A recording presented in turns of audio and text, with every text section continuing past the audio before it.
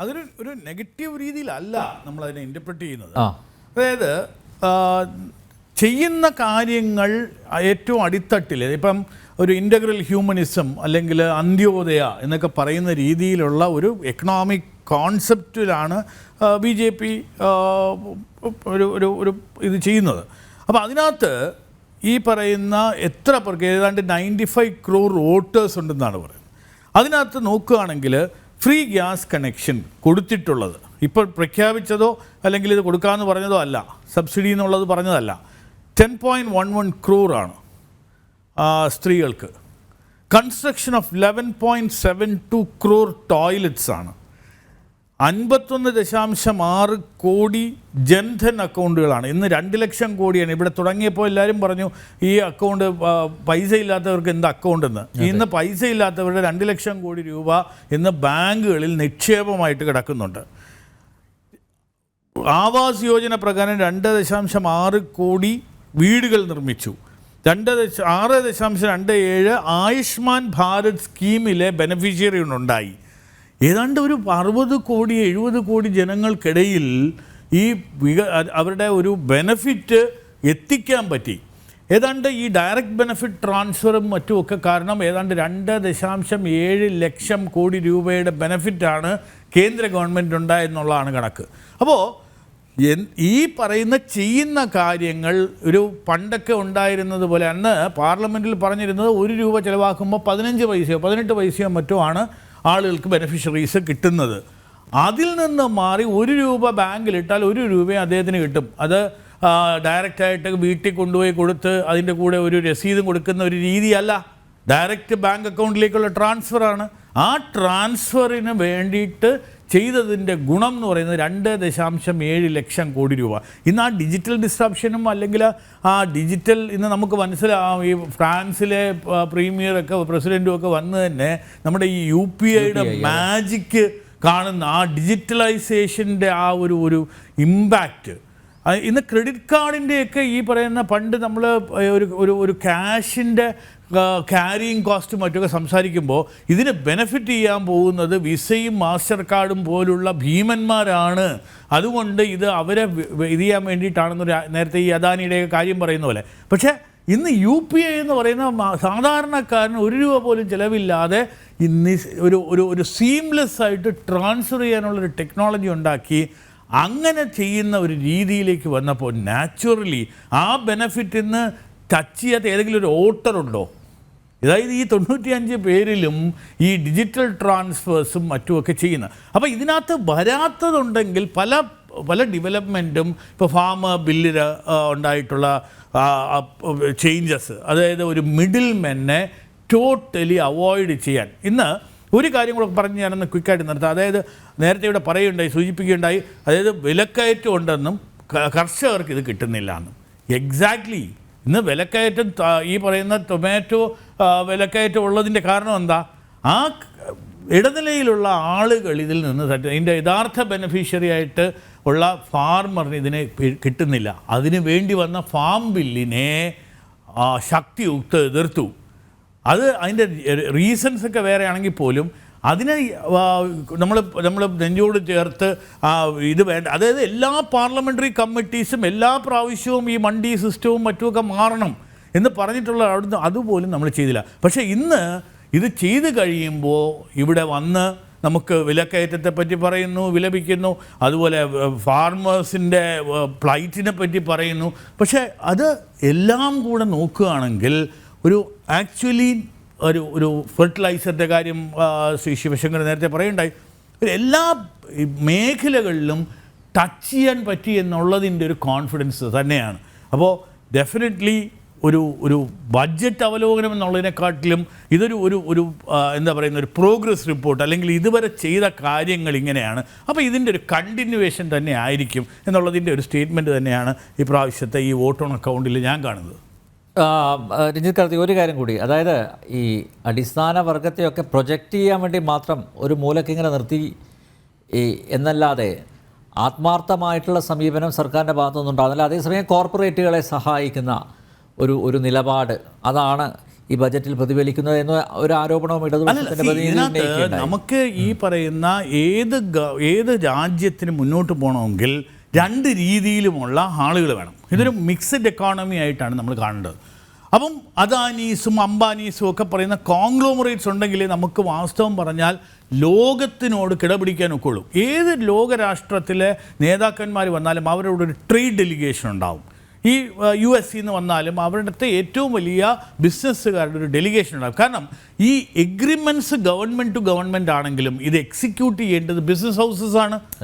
അപ്പോൾ ഇങ്ങനെയുള്ള ആളുകളുണ്ടെങ്കിലേ ഇൻവെസ്റ്റ്മെൻറ്റ്. ഇപ്പോൾ ഇന്ന് നമുക്കറിയാം ഇവിടെ ഈ അദാനിയെ പറ്റി വളരെയധികം ആരോപണം ചെയ്യുന്ന ഒരു സംസ്ഥാനം ഒരുപക്ഷെ കേരളമായിരിക്കും. അതിനകത്ത് നമുക്ക് ആ ബലൂൺ അദാനി എന്നുള്ള ഒരു ബലൂൺ പറത്താൻ പറ്റിയത് അദ്ദേഹം ഇവിടെ വന്ന് ഇൻവെസ്റ്റ് ചെയ്തതുകൊണ്ടാണ്. അത്രയും പേർക്ക് ഇന്ന് ഇവിടുത്തെ കുറ്റം പറയുന്ന വിമാനത്താവളം 30 വിമാനങ്ങൾ പോയിക്കൊണ്ടിരുന്ന സ്ഥലത്ത് നിന്ന് 100 വിമാനങ്ങളാണ് ഇവിടുന്ന് പോകുന്നത്. 3000-4000 പേര് ഇവിടുന്ന് ഫ്ലൈ ഔട്ട് ചെയ്തുകൊണ്ടിരുന്നത് 10,000 മറ്റോ ആളുകളാണ് ഫ്ലൈ ഔട്ട്. കേരളത്തിൽ കോർപ്പറേറ്റുകളുടെ തോളിൽ കയറ്റി നടക്കാം, ഒരു കുഴപ്പമില്ല. അപ്പോൾ അങ്ങനെ വരുമ്പോൾ അവർക്ക് കൊടുക്കുന്നത് ഒരു തെറ്റാണ് എന്ന് വാദിക്കുന്നതിൽ യാതൊരു അർത്ഥവുമില്ല.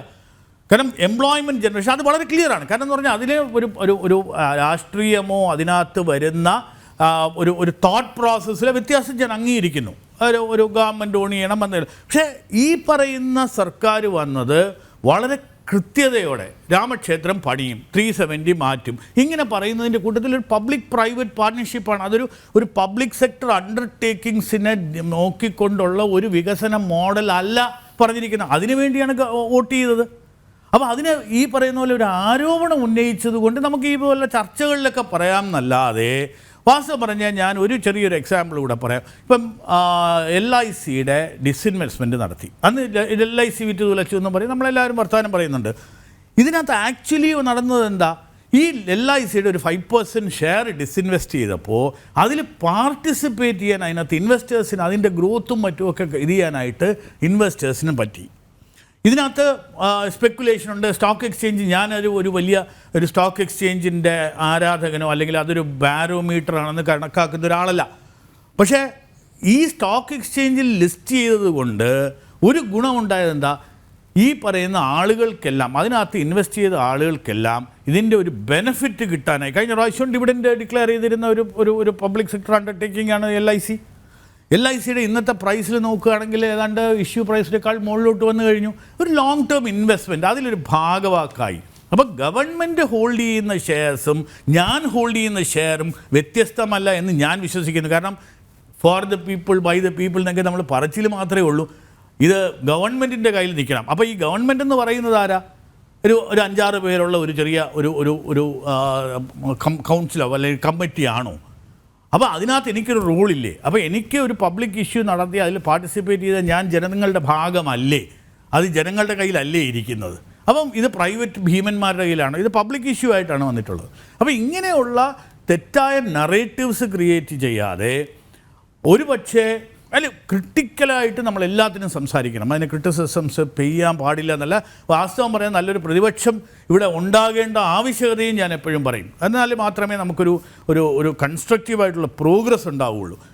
അല്ലാതെ എല്ലാ കാര്യത്തിനും വെറുതെ നമ്മൾ ഈ പറയുന്ന എന്നാൽ ഇവിടുത്തെ കാര്യങ്ങളെപ്പറ്റി നമുക്കൊരു അടുക്കും ചിട്ടയുണ്ടായിട്ടോ അല്ലെങ്കിൽ അതിന് വേണ്ടി നന്നായിട്ട് ചെയ്തിട്ടോ ഒരു റിയൽ റീസൺ ഉണ്ടായിട്ടോ ഇവിടുത്തെ ഗ്രോത്ത് ഉണ്ടാകാത്തതിൻ്റെ കാരണങ്ങൾ എന്താണെന്ന് നമുക്ക് എല്ലാവർക്കും അറിയാം.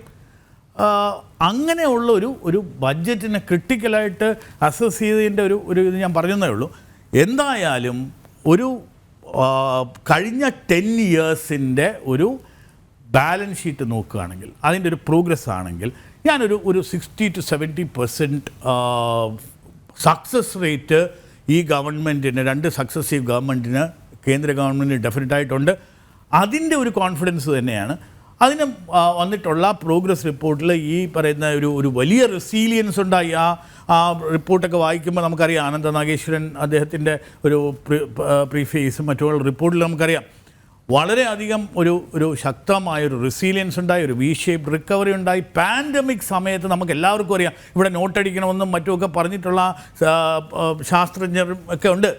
പക്ഷേ ഇതൊന്നും ചെയ്യാതെ നമ്മൾ വളരെ വളരെ മോഡസ്റ്റായിട്ട് മോഡറേറ്റായിട്ട് ഇതിനെ വളരെ മെറ്റിക്കുലസ് ആയിട്ട് ഹാൻഡിൽ ചെയ്തത് കൊണ്ട് ഇന്ന് നമ്മുടെ എക്കോണമി ഒരു ഗ്രോത്ത് പാത്തിലാണ്, ബ്രൈറ്റസ്റ്റ് സ്പോട്ടിലാണ് എന്ന് ലോകം മുഴുവൻ ഉറ്റുനോക്കുന്നതാണ്. ഇത് ഒരു ഭരണത്തിൻ്റെ ഒരു മികവ് ഡെഫിനറ്റായിട്ടുണ്ട്. അപ്പം അതുപോലെ തന്നെ നമ്മൾ നേരത്തെ പറഞ്ഞ പോലെ ഒരു ഡെമോഗ്രാഫിക് ഡിവിഡൻറ്റും ഇതിനകത്തുണ്ട്. അതായത് നമ്മുടെ ഒരു യങ് പോപ്പുലേഷൻ, അപ്പം ഒരു ഇൻവെസ്റ്റ്മെൻറ്റ് ഒരു സ്ഥലത്തേക്ക് വരുമ്പോൾ മാനുഫാക്ചറിങ് ബേസ് വരണമെങ്കിൽ അതിന് യങ് ഹാൻഡ്സ് വേണം. അപ്പോൾ ഇന്ന് ഹിന്ദി ഹാർട്ട് ലാൻഡിൽ നമുക്കൊരു 23-24 ആവറേജ് ഏജ് വരുന്ന ആ ലൊക്കേഷനുകളിലേക്ക് നമ്മൾ ഒരു ഫോക്കസ് ഉണ്ടാവും. അവിടെ കൂടുതൽ ഇൻവെസ്റ്റ്മെൻറ്റ് വരും. കാരണം ആര് ഇൻവെസ്റ്റ് ചെയ്താലും ഒരു 20-25 വർഷത്തേക്കുള്ള ഒരു എംപ്ലോയീസിനെ കിട്ടുമോ എന്നുള്ളതൊരു വലിയ ഘടകമാണ്. അതുകൊണ്ടാണ് ചൈന എന്നുള്ളൊരു ഷിഫ്റ്റിൻ്റെ ഒരു കാരണം.